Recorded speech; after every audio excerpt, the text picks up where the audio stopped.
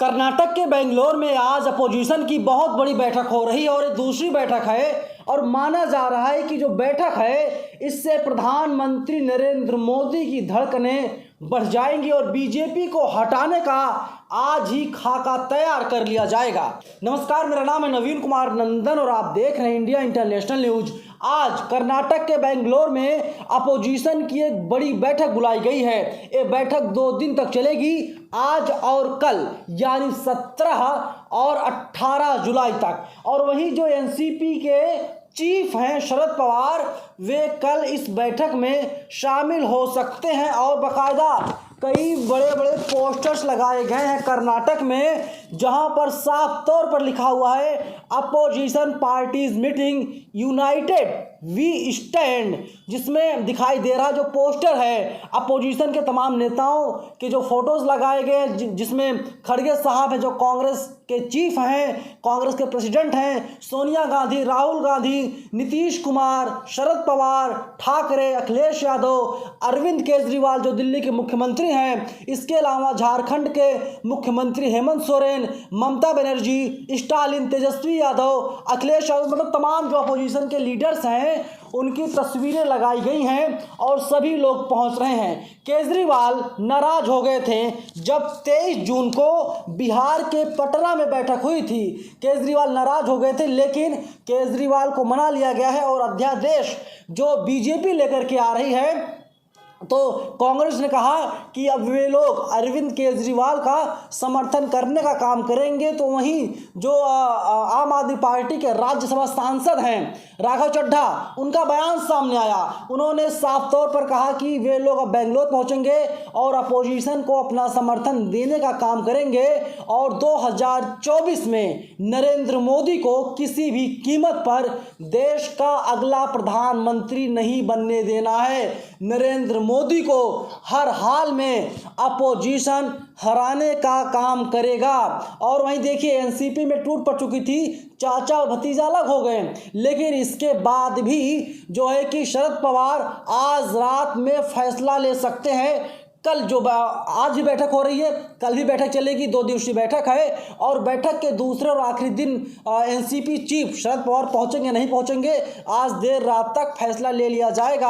आपने देखा था पिछली बार तकरीबन 20 अपोजिशन दलों के नेता शामिल हुए थे और उन लोगों की मांग यही थी किसी भी तरीके से अब मोदी को यानी एनडीए को, बीजेपी को हटाया जाए। लेकिन वहीं ओम प्रकाश राजभर जो सुभाषपा के चीफ हैं, वे कल ही एनडीए में शामिल हो गए।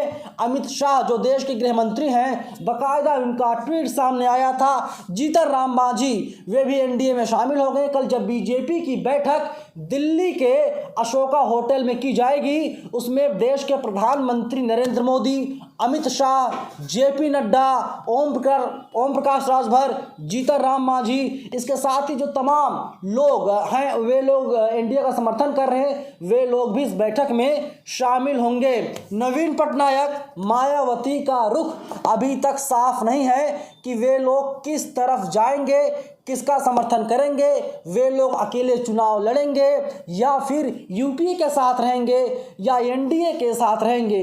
वहीं डॉक्टर आशुतोष पटेल जो समाजवादी पार्टी के राष्ट्रीय स्पोक्सपर्सन हैं, उनका ट्वीट सामने आया। उन्होंने लिखा, अभी तो महागठबंधन की पहली बैठक हुई थी कि बीजेपी की लाइन लेंथ सब बिगड़ गई। महाराष्ट्र में अजीत पवार को लेना पड़ा, बिहार में जीतन राम मांझी को लेना पड़ा, साथ ही बिहार में जीतन राम मांझी और चिराग पासवान को, यूपी में ओम प्रकाश राजभर को मनाना पड़ा और इन सब की सारी मांगों के आगे नतमस्तक बीजेपी हो गई। 56 इंच वालों की सरकार अगर दूसरी बैठक हुई तो किसके किसके आगे नतमस्तक होंगे पता नहीं। वैसे सुना था शेर अकेला चलता है, लेकिन शेर को तमाम लोगों की ज़रूरत पड़ गई है। यानी एक तरीके से साफ तौर पर देश के जो प्रधानमंत्री हैं, जो कहते हैं कि उनकी छाती तो 56 इंच की है, लेकिन उन्हें भरोसा नहीं है कि अगर वे अकेले चुनाव लड़ेंगे या जो पहले से 2-3-4 पार्टियां गठबंधन में एनडीए के, अगर उनके साथ मिलकर चुनाव लड़ेंगे तो भारतीय जनता पार्टी को करारी हार का सामना करना पड़ सकता है। और इसीलिए जो है कि नरेंद्र मोदी की पार्टी भारतीय जनता पार्टी तमाम पार्टियों को इकट्ठा कर रही है, बुला रही है। और किस तरीके से जब दिल्ली के मुख्यमंत्री केजरीवाल नाराज हो गए थे, पटना में जब बैठक हुई थी और केजरीवाल ने कहा था सबसे पहले अध्यादेश पर बात की जाए, तो इसके बाद टीवी वाले किस तरीके से प्रोपेगेंडा रच रहे थे। एक एंकर सुशांत सिन्हा, उन्होंने बाकायदा कहा देखिए बॉस, अपोजिशन की पार्टियां जो है एकजुट नहीं हो पा रही हैं, 10 साल होने को है, लेकिन वही नरेंद्र मोदी को तो पूरी दुनिया बॉस बता रही है। अगर नरेंद्र मोदी जी पूरी दुनिया के बॉस वास्तव में हैं तो क्या ज़रूरत पड़ गई चिराग पासवान को बुलाने की, जीतन राम मांझी बुलाने की, इसके अलावा जो है कि ओम प्रकाश राजभर को बुलाने की। ओम प्रकाश राजभर तो यहाँ तक कह चुके हैं एक इंटरव्यू में कि अगर मेरे पास भगवान आ जाए साक्षात और वे कहें कि तुम बीजेपी में चले जाओ तो भी मैं बीजेपी में जाने वाला नहीं हूं। और माना जा रहा है कि ओम प्रकाश राजभर जो सुभाषपा के चीफ हैं, उन्होंने कहा है लोकसभा में जब 2024 चुनाव होंगे कम से कम उनको 3 सीटों पर चुनाव लड़ाया जाए।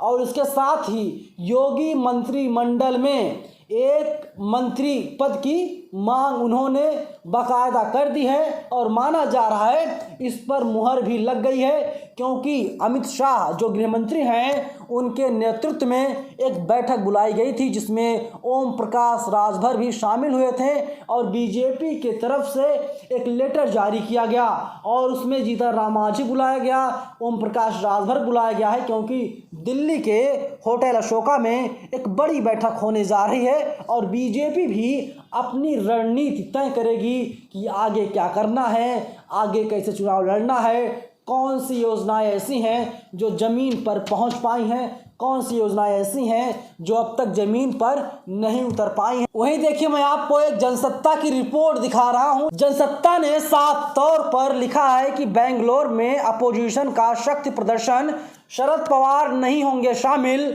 अजीत पवार से मिलने के बाद बोले बीजेपी को समर्थन नहीं कर सकता, यानी शरद पवार बीजेपी को समर्थन नहीं कर सकते हैं, ये जनसत्ता लिख रहा है। यानी यूपीए के साथ शरद पवार जाएंगे और आज रात में इस पर फैसला ले लिया जाएगा।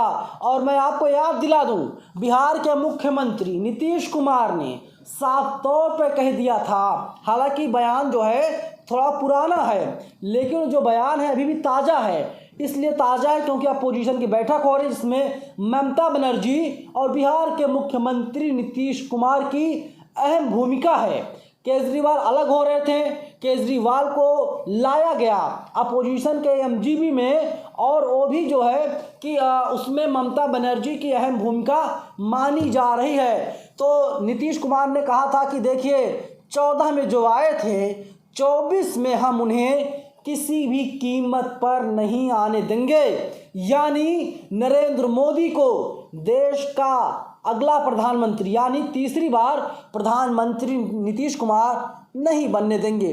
फिलहाल इस वीडियो में इतना ही, लेकिन आप लोग क्या सोचते हैं?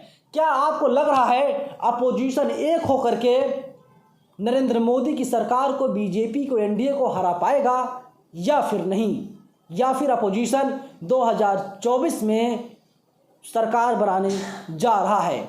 आप लोग अपनी राय हमें कमेंट बॉक्स में ज़रूर बताइएगा। शुक्रिया।